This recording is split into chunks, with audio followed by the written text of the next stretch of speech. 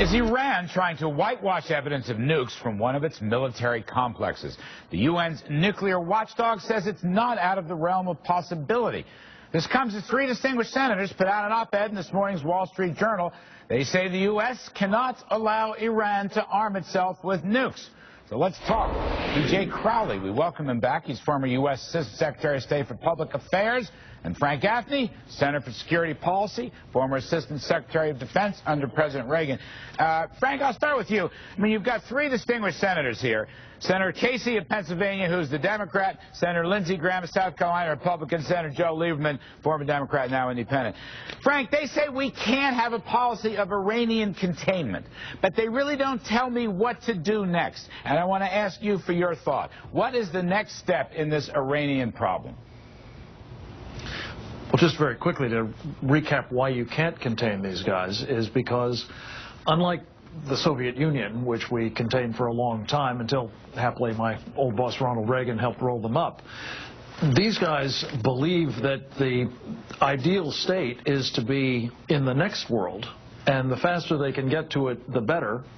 Specifically, they hope to bring about the golden age of Islam by bringing back the Mahdi, a messianic figure, the 12th Imam, and the way to do that is to precipitate the apocalypse. So this is not the kind of thing that you're likely to contain. Their ambitions are to use, I believe, these nuclear weapons, and probably not just against Israel, but against us. So what do we do about it? Well, I think we ought to be in the business of trying to protect ourselves against these kinds of threats. And sadly, P.J. Crowley's old boss, President Obama, has been dismantling missile defenses, which we really need, not only for ourselves and our Israeli friends, but others as well. And beyond that, so I think we've got to be in now. Unfortunately, we're going to have to use military force to stop these guys from getting the bomb. Now I got to give equal time to my friend P.J. Crowley. P.J., you heard Frank. What's your response?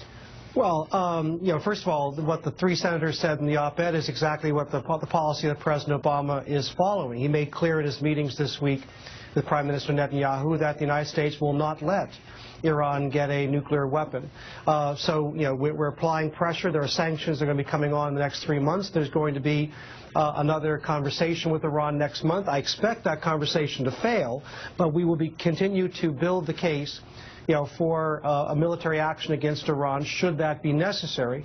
But as the President, I think Prime Minister Netanyahu agreed this week, we still have time to see if other options can bear fruit before we get to that point. That's a very interesting point. Frank, can you react? What I just heard PJ say is we're building a case. We, the United States, is building a case for military options. Now, Frank, is that to your liking? Is that essentially where you want to go? Because it sounds like P.J. Crowley and you are closer than one might think. God forbid. Well, P.J. is an eminently reasonable man. The more he sounds like me, the more reasonable. I just say that at the outset. The point of this is, we've built a case. We've been through the negotiating rounds endlessly. We've witnessed now even the International Atomic Energy Agency acknowledging what it wouldn't for years under its previous management, that this is a nuclear weapons program.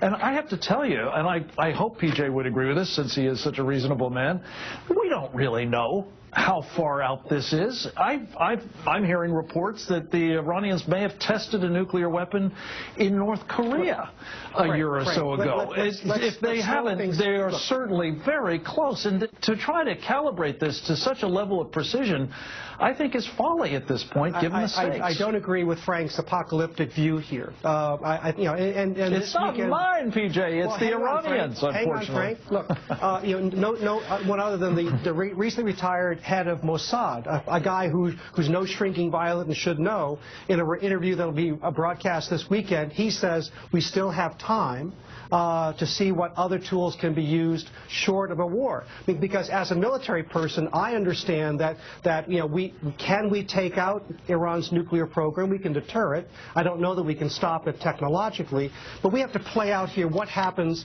after the first shot is fired. Larry, when I was with you last week, we were talking about an inevitable major spike in gas prices. We have to play this out to make sure that if we are forced to apply military force, we have a very solid idea of what's going to happen after the first shot is fired. This week, Marty Dempsey and Leon Panetta, they indicated that we've begun preliminary military planning on what could be done. So there's a process underway. We have time to see how this unfolds. Frank Gaffney, shame on us. Shame on us, Larry, if we're only starting to plan on this now. This is something that Michelle Flournoy, one of PJ's old colleagues in the Pentagon, says we've been doing. I hope it's in place now, because we may need to pull the trigger. But you have an unfolding situation here. I mean, heck, we're sitting in Washington, D.C., where you have Frank Gaffney leading the Bomb Iran caucus. We have John McCain leading the Bomb Syria caucus. I mean, there's a limit to what we can do before we see something that starts as potentially being a limited operation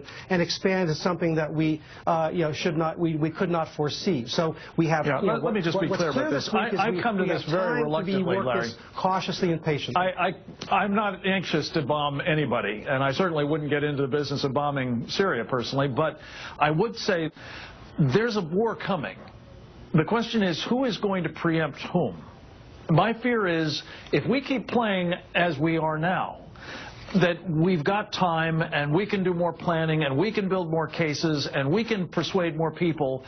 I'm afraid that the preemption is going to come from the Iranians. As I say, they've got the apocalyptic Who are they going to attack? They're the ones who think that this is necessary to bring in the golden age of Islam. When you say the Iranians are going to preempt, what do you mean? I just got a little bit of time. You mean because they're going to attack Israel? Because they're going to attack our fleet in the Persian Gulf? Just please clarify that. I can't tell you for sure, but there are two things that President Ahmadinejad has repeatedly said. One, wiping Israel off the map is one, and a world without America is two. All right, we'll leave That's what worries me. It may be us, not just Israel. PJ Crowley, thank you very much for participating. Frank Gaffney, great to see you as always. That's it for this evening's show. Thanks for watching. I'm Larry Kudlow. See you on Monday.